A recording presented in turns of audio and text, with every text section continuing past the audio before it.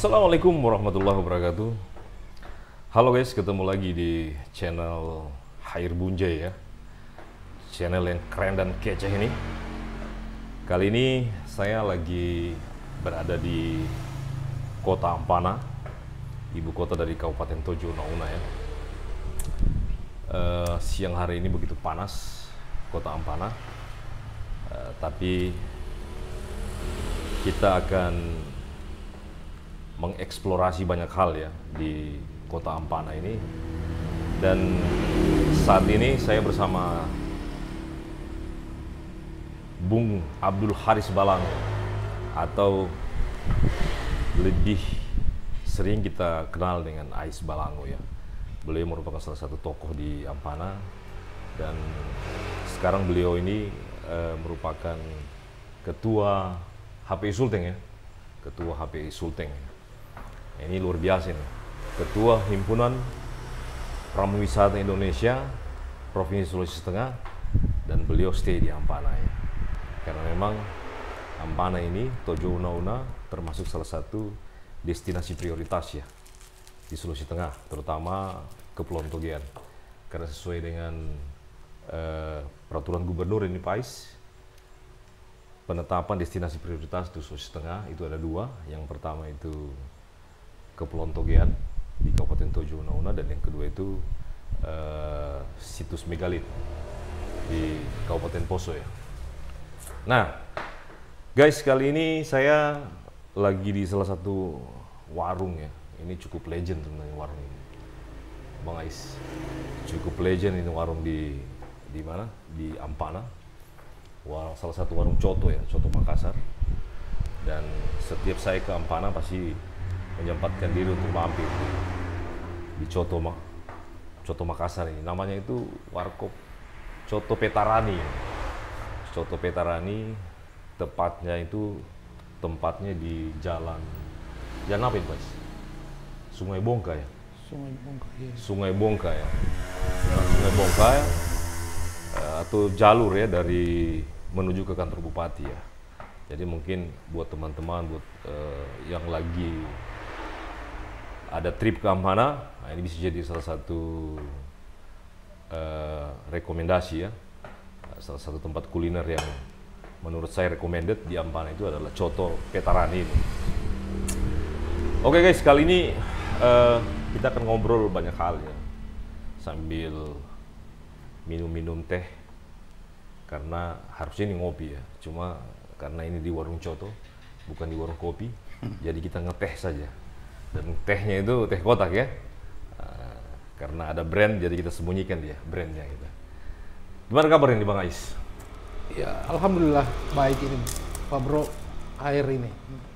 Ya, jadi beliau ini merupakan rekan lama sebenarnya, teman diskus, terutama jika kita bicara tentang isu-isu strategis di tourism, di pariwisata ya.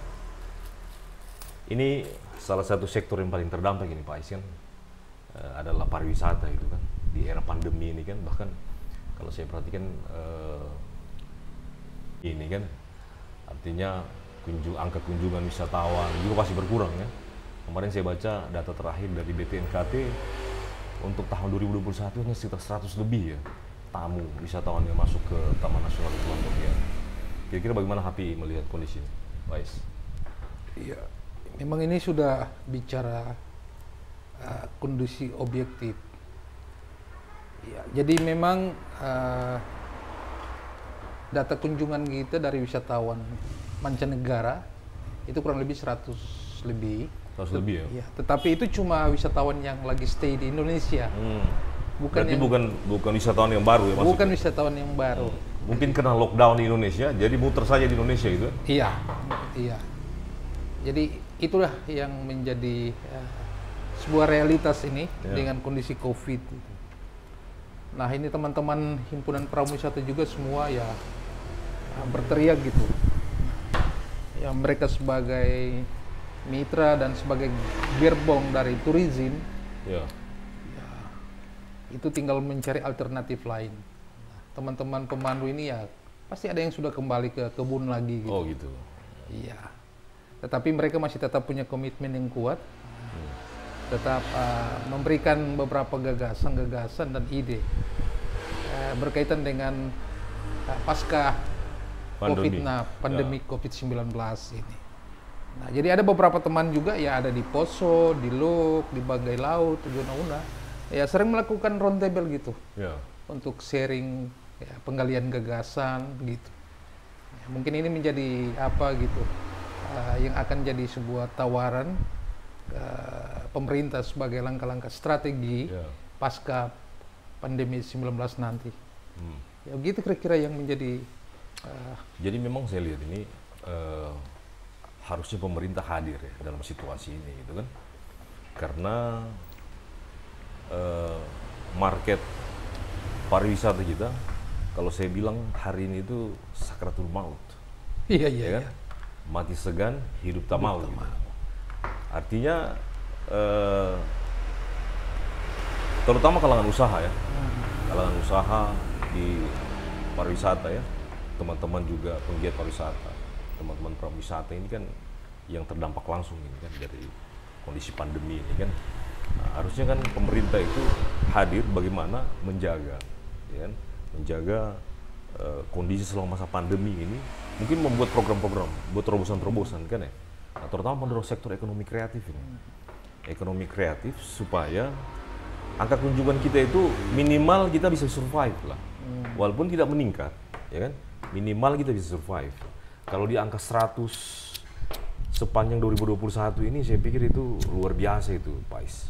Bisa-bisa mungkin ada beberapa cottage, beberapa hotel di Ampana bahkan di Togen itu bisa tutup ya. Kalau dengan kondisi seperti ini kan. Kira-kira pemerintah bagaimana ini? Apa sudah pernah berkomunikasi dengan pemerintah yang ada sekarang? Iya. Baik provinsi maupun kabupaten. Iya, ini memang kalau dalam pandangan subjektif memang kurang care gitu. Iya. Pertama kalau kita lihat dengan teman-teman pemandu wisata yang konsen di bahari, itu juga kadang mengeluh ke saya, bagaimana mau jadi nelayan lagi, tapi tidak punya katinting, tidak punya motor katinting, tidak punya nilai dan lain sebagainya. Nah, ini yang jadi soal gitu, karena mereka ini kan sebagian besar juga ada juga yang kerja di resort miliknya orang asing di Kepulauan Togean. Itu ada kurang lebih 12 penanaman modal asing yang itu sudah kembali. Iya, jadi mereka sudah tidak dikerjakan lagi gitu. 12 PMA sekarang sudah tidak lagi berinvestasi di Togean.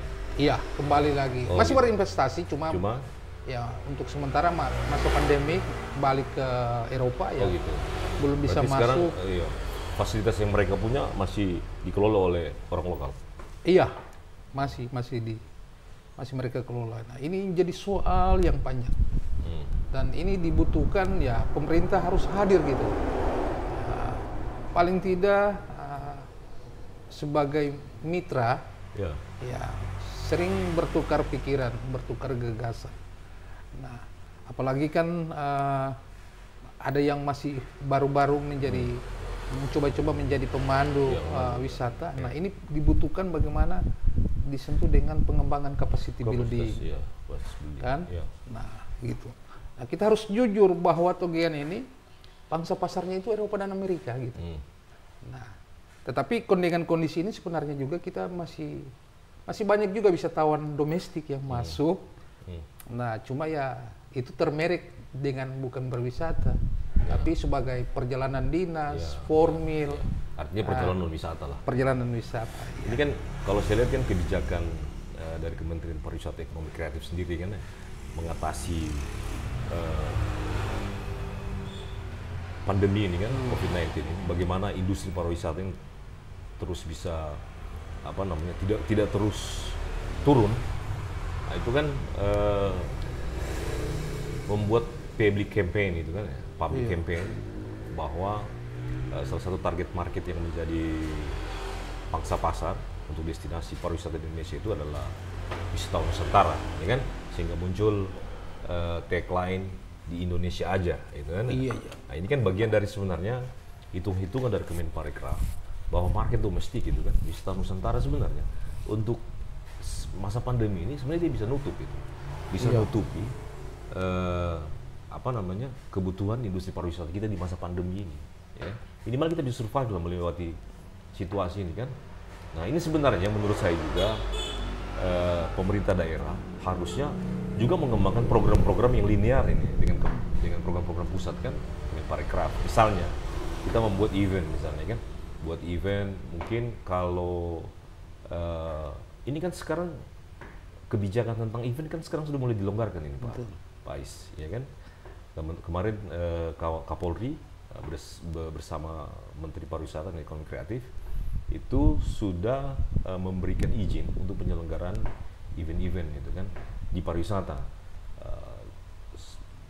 Di pariwisata begitu juga dengan event-event MICE, ya kan. Itu diberi izin, tapi tetap dengan mengacu pada standar CHSE kan, protokol kesehatan. Nah, jadi untuk menutupi angka kunjungan wisatawan kita ini yang terus turun kan di masa pandemi ini, nah, kita sebenarnya menurut saya kita bagaimana mendorong pergerakan regional, ya, pergerakan regional Sulawesi misalnya. Mungkin sekarang kan di masa pandemi orang juga tetap aktif misalnya melakukan sport tourism, ya kan, melakukan olahraga, melakukan apa namanya beberapa event-event entertain gitu kan. Nah, itu apa namanya di masa pandemi ini itu dimungkinkan untuk dilakukan, tentu dengan kemasan-kemasan yang lebih khusus gitu kan di masa pandemi ini. Nah, saya tidak melihat ini pemerintah daerah membuat terobosan-terobosan itu, nah, sehingga kemudian industri kita kan, pariwisata kita, okupansi untuk akomodasi juga mungkin bisa terus kita pertahankan. Bagaimana menurut ini? Iya, ya sebenarnya menarik ini bro. Sebenarnya ruang ini sudah diberikan, dilihat dari Undang-Undang Nomor 10 tahun 2009, kan, dari beberapa lembaga profesi yang ada bekerja di tourism, itu harus jadi mitra. Nah, potensi itu sebenarnya ada. Nah, ini saya dengar ada namanya Festival Budaya Indonesiana itu. Nah, ini dipusatkan lagi di Tojo Nauna. Nah, sebenarnya pemerintah daerah itu sudah harus mengajak stakeholder yang lain untuk kita buat roundtable lah. Kita penggalian ide-ide bagaimana memunculkan atraksi-atraksi yang menarik, yang punya nilai, punya value, yang sangat berhubungan erat dengan isu-isu kreativitas lokal gitu. Nah itu sebenarnya, nah ini yang juga jadi kegelisahan juga di tingkat pelaku-pelaku pariwisata, kayaknya pemerintah gitu menutup diri ya? Iya, kurang care gitu. Nah, sebenarnya kita punya jalur tradisional, itu juga masih so easy, so mudah untuk dilalui kan. Nah, kita coba lihat bagaimana di Toraja, kan wisatawan Nusantara begitu banyak. Nah itu sebenarnya kita bisa ajak masuk ke Togean. Nah, tapi itu semua dari pemerintah juga sebagai decision maker dalam mendorong bagaimana tamu domestik itu bisa masuk. Nah, sebenarnya kan kita ini sudah begitu kuat, kan? Begitu kuat informasi tentang Togean dan Ampana. Bahkan kemarin kita sudah dikukuhkan sebagai apa? Cagar biosfer dunia. Nah, itu misalnya UNESCO itu sudah melakukan kampanye juga untuk pasar-pasar Eropa dan Amerika. Mungkin insya Allah pas ke pandemi itu akan booming gitu. Tetapi kondisi saat ini ya domestik itu ya peran pemerintah itu penting sekali. Nah kita sebagai pelaku wisata yang lokalistik itu menunggu gitu. Ya cuma ya kalau lihat juga kebijakan APBD kita yang sebenarnya harusnya kan bisa begini. Ini kan Tojo Una ini kan dalam beberapa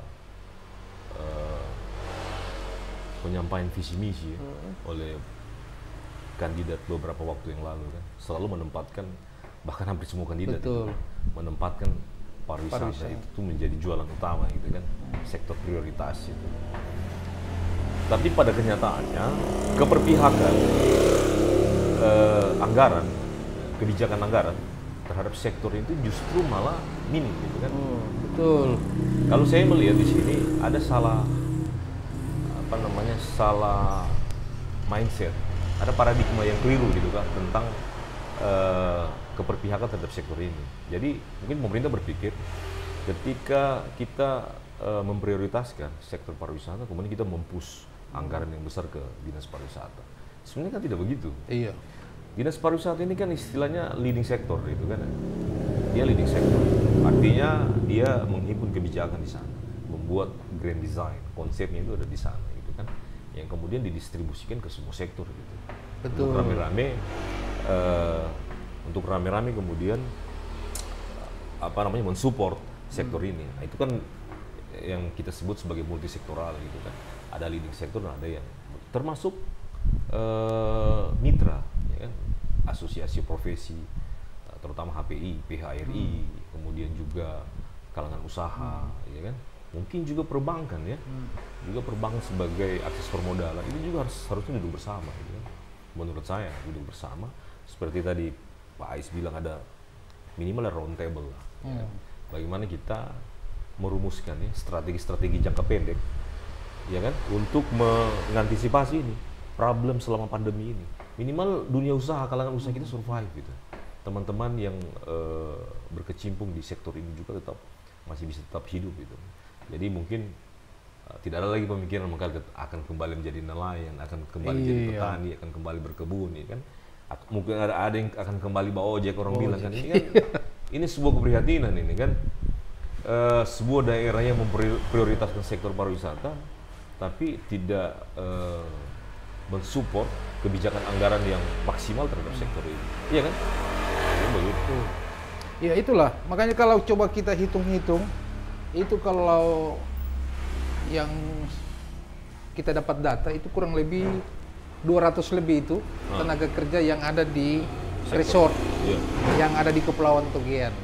Nah, sekarang kehilangan pekerjaan. Nah, ini harus kembali, kan tidak mungkin mereka harus kembali ke jadi nelayan lagi gitu, kan? Ya cuma mudah-mudahan tidak jadi membuat destructive fishing lagi gitu. Padahal itu salah satu solusi kemarin, kan? Nah, alhamdulillah mereka juga sudah bisa berkomunikasi dalam bahasa Inggris, ada juga yang bisa bahasa Prancis, Jerman, Itali. Nah ini sumber daya ini ya, itu yang kita takut gitu. Peran pemerintah ini harus masuk. Harus sudah melakukan intervensi. Nah, sekarang pemerintah pusat membuka ruang, kan? Saya tertarik kemarin dengan pikirannya Pak Menteri berkaitan dengan konsep gila, ya, dan memang sangat realistis. Gerakan inovasi langsung aksi gitu. Nah, ya memang dia sebagai sosok seorang entrepreneur kan? Iya, entrepreneur. Basicnya kan seorang entrepreneur. Iya. Basisnya murni kan, pengusaha, punya gagasan dan ide yang luar biasa. Ini tidak ditangkap gitu kan. Cuma habis sebatas kita diskusi di warung kopi, di kafe, duduk di pantai gitu. Betul. Jadi kalau sebenarnya hari ini kita bisa memanfaatkan keberadaan ya Menteri Pariwisata ini yang secara kultur mungkin kita mudah kita akses gitu kan, orang Gorontalo. Artinya harusnya pemerintah sudah mulai merencanakan gitu kan. Paling tidak sebagai bagian dari keberpihakan kita terhadap sektor ini, mulailah membuka komunikasi dengan Kementerian Pariwisata dan Ekonomi Kreatif, direct langsung gitu kan, berkomunikasi dengan Pak Menteri gitu kan, menceritakan mungkin berbagai macam persoalan yang kita hadapi sekarang di Kepulauan Togean kan, di Ampang, di Tojo Una-Una ini, bagaimana di masa pandemi ini kan pasti ada arahan-arahan lah, arahan-arahan dari Pak Menteri ya kan, atau mungkin sudah mulai menggagas bagaimana ada upaya agar Pak Menteri itu bisa datang, berkunjung ke Ampana, ke Tojo Una, ke Togean, biar dia bisa melihat langsung kan kondisi industri pariwisata kita. Dan itu saya yakin dengan pendekatan emosional kan, culture bahwa kita di sini juga punya keinginan kuat untuk bisa tetap maju kan di pandemi ini.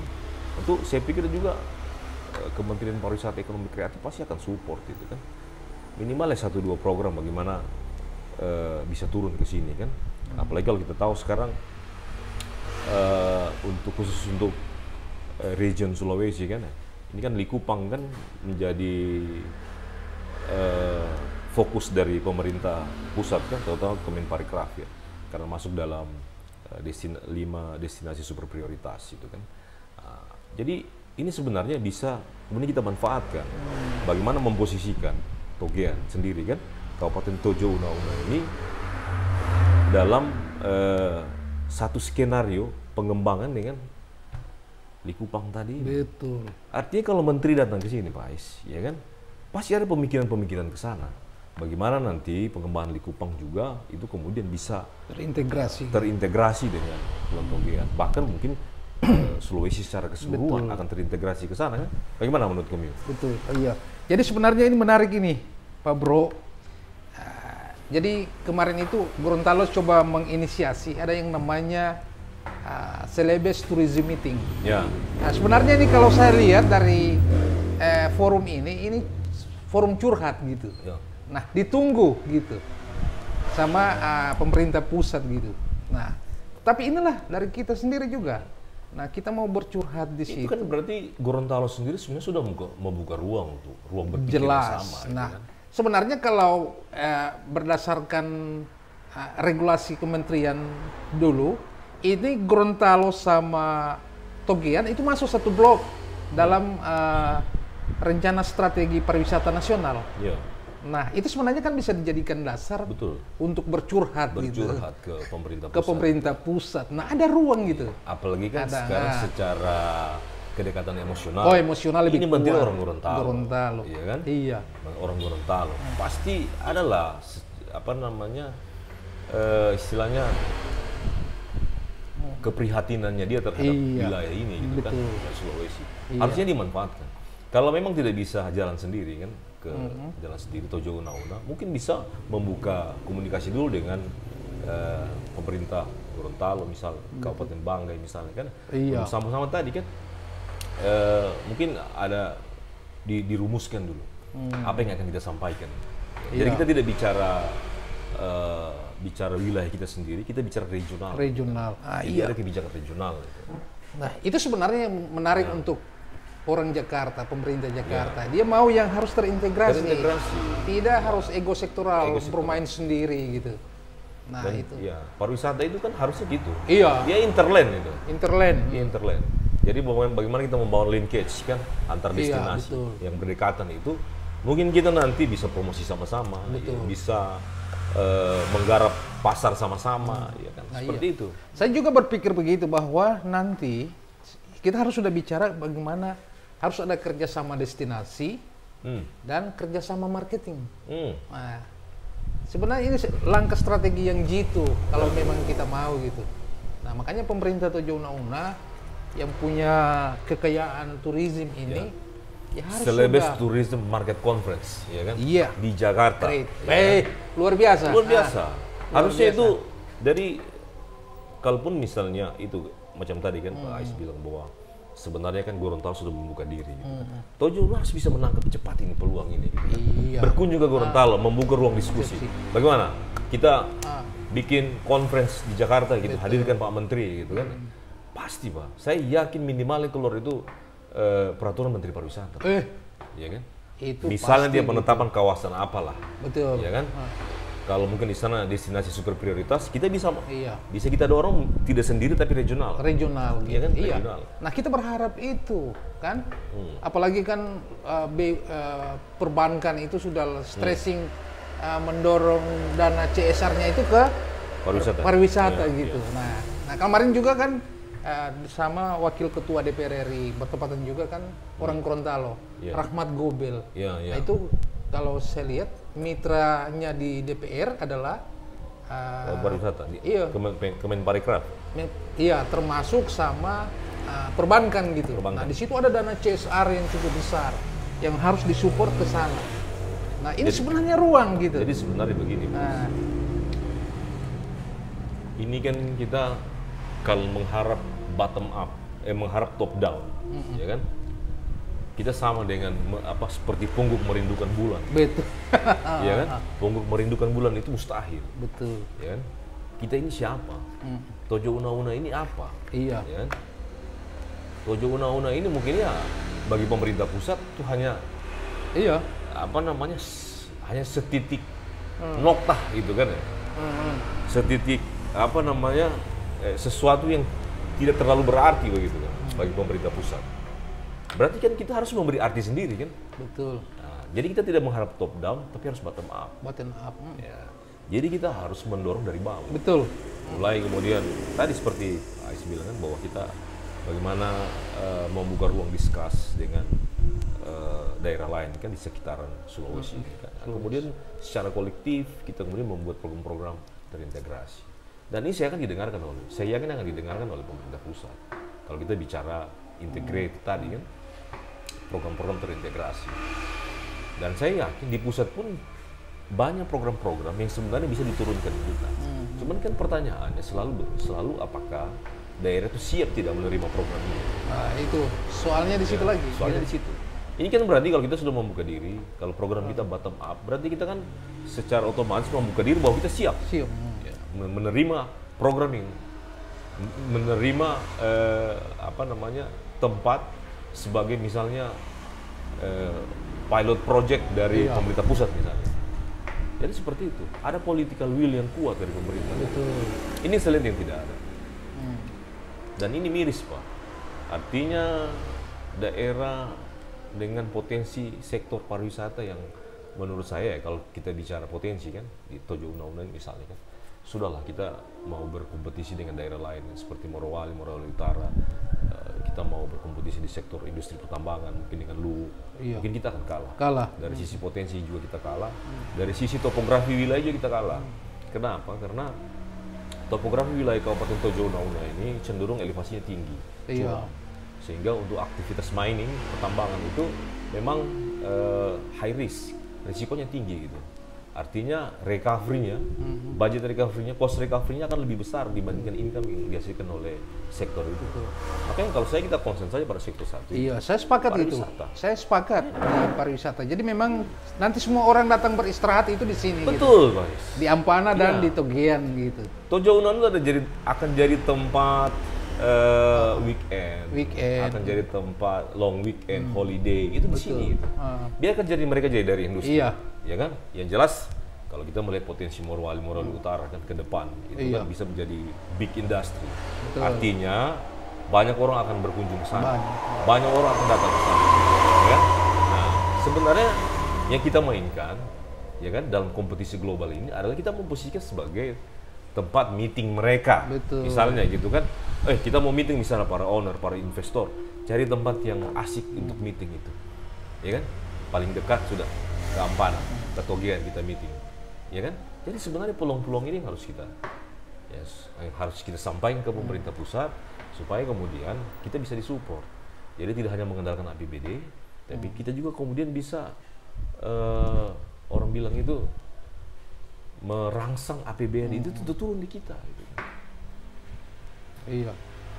Walaupun tidak dalam bentuk fresh money, tapi bisa dalam bentuk program, ya kan?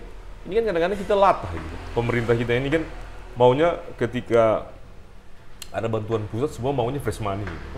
Dalam bentuk dana fresh gitu. Betul. Tidak mau menerima program. Padahal sama saja. Ketika kita dikasih uang juga kita kan harus bikin program. Betul. Iya kan? Kalau program yang yang langsung dari pusat pasti sudah melalui kajian yang profesional kan? Betul. Kira begitu Pak Aris. Sip itu sebenarnya. Iya. Itulah sekarang sebenarnya kita ini kaya akan ide, banyak gagasan ya. Siapa yang mengakomodasi ini? Ya tentu pemerintah gitu. Nah, ini harus ada yang merani gitu. Itulah kenapa Pak Ais, saya sengaja bikin video ini kan. Saya bikin konten ini di channel YouTube ini kan bagian dari edukasi kita kan. Banyak ide-ide brilian kan, gagasan-gagasan yang visioner menurut saya itu hanya beredar di warung-warung kopi, beredar di area-area private itu kan. Ini harus didengar oleh publik, ya kan? Ini harus direspon oleh masyarakat luas, ya kan? Bahwa daerah kita ini, Kabupaten Tojo ini adalah daerah yang memiliki potensi banyak gitu kan. Cuman ada sesuatu yang menurut saya salah gitu kan. Dan ini yang harus kita luruskan. Dan ini adalah bagian dari kritik membangun. Ini bukan bagian dari bagian dari sebuah perlawanan, ya kan? politik misalnya, tidak seperti itu. Ini adalah bagian dari kritik membangun dari kita yang memiliki kepedulian sebenarnya terhadap kabupaten ini. Terutama di sektor ini kan, di tourism ini dan ekonomi kreatif. Iya. Kira begitu? Ya sip. Saya pikir begini, mungkin ada catatan buat pemerintah daerah. Kalau memang kita mau serius berkomitmen kuat terhadap mendorong turisme, kalau kita lihat lewat mekanisme musrembang, kalau bisa pariwisata musrembang sendiri, kan biar tidak overlap dia dengan musrembang yang lain gitu. Harusnya seperti itu, Pak. Harus dia musrembang sendiri, dia bisa merumuskan. Karena biasa kadang itu ya orang mengusulkan ini ya spekulatif, tidak ada dasar, bla bla bla sekian gitu. Nah kalau kita musrembang sendiri, itu kerangka berpikir itu. Tapi mudah-mudahan lah ide-ide ini bisa didengar ya oleh para pengambil kebijakan, decision maker. Saya sepakat itu, bahwa khusus untuk tourism kita harus duduk sendiri itu. Iya. Kita harus istilahnya sebelum mungkin lah mungkin walaupun bukan musrembang namanya. Betul. Sebelum dibawa ke forum musrembang itu dirumuskan dulu khusus untuk sektor itu. Apalagi ini kan pemerintahan Sepakat baru. itu ya. Kan? Ini kan pemerintahan baru memulai gitu kan. Mungkin sekarang sementara dilakukan pendalaman visi misi kan. Bagaimana membreakdown visi misi kemarin menjadi program-program real gitu. Ini mungkin bisa jadi masukan bagi pemerintah. Kabupaten Tojo undang-undang yang baru ini kan, bagaimana Bang Ais? Betul, Ya kan? Iya, karena ya itu kemarin pengalaman visi misi kita itu tidak implementatif, itu jadi soal gitu. Jadi soal. Karena namanya visi misi itu kan kadang-kadang terlalu general gitu. Betul. Kan? Terlalu makro gitu. Terlalu makro. Akhirnya ketika kita mau menerjemahkan itu dalam bentuk program real, itu yang kadang-kadang agak kesulitan. Iya. Makanya di situ butuh pendalaman. Betul. Butuh pendalaman itu, musrembang misalnya kan. Taruhlah identifikasi awal sebelum musrembang. Itu sudah harus dilakukan. Khusus untuk sektor pariwisata saya sangat setuju. Dia harus dilakukan sendiri. Iya. Dengan semua sektor yang terkait gitu kan. Semua sektor terkait. Nah, jadi nanti merumuskan sektor ini, kebijakan-kebijakan strategis di sektor pariwisata ini yang akan dibawa ke musrembang itu sudah melalui proses kajian. Betul. Ya kan? Nah, sehingga nanti ketika di breakdown menjadi program real dalam APBD kita, nah, itu sudah siap running, sudah siap jalan. Itu terukur. Nah, ini seperti itu kan. Iya, pariwisata ini namanya investasi gitu. Betul. Ya haruslah, itu harus sudah. Ya. Mudah-mudahan lain Pak Ais. Artinya ke depan ini jangan pernah lelah untuk memberi masukan, ya kan, memberi advice, saran kepada pemerintah. Kan? Semoga ya ada ruang-ruang lah untuk kita melihat sektor ini kan, tourism ini tuh bisa memberikan multiplier efek terhadap ekonomi masyarakat kita. Karena saya melihat bahwa tourism hari ini belum menjadi sesuatu yang diminati oleh masyarakat di Kabupaten Tojo Una-Una. Mereka masih apatis dengan sektor ini. Kenapa? Karena mereka menganggap tourism sendiri itu belum memberikan kontribusi banyak terhadap kesejahteraan mereka, ya kan? Mereka menganggap bahwa ini masih dinikmati oleh segelintir orang. Nah, ini sebenarnya bagaimana merangsang sektor ini itu mampu memberikan multiplier efek kan? Betul. Terhadap peningkatan ekonomi masyarakat. Saya kira begitu, Pak Ais. Sip. Oke? Sip. Salam pariwisata. Salam pariwisata. Oke guys, saya kira ini diskusi yang cukup hot ya di tengah hari begini. Memang agak berat memahami diskusi-diskusi seperti ini, tapi saya yakin bahwa ini adalah bagian dari edukasi ya terhadap publik, terhadap masyarakat, bahwa sektor ini begitu seksi, sektor ini begitu sangat prospektif ya, apalagi di masa pandemi ini. Tentu kita harus membuat strategi-strategi jangka pendek ya untuk membuat industri pariwisata di Tojo Una tetap survive ya. Oke guys, ketemu lagi di video berikutnya. Thank you, salam dari Ampana.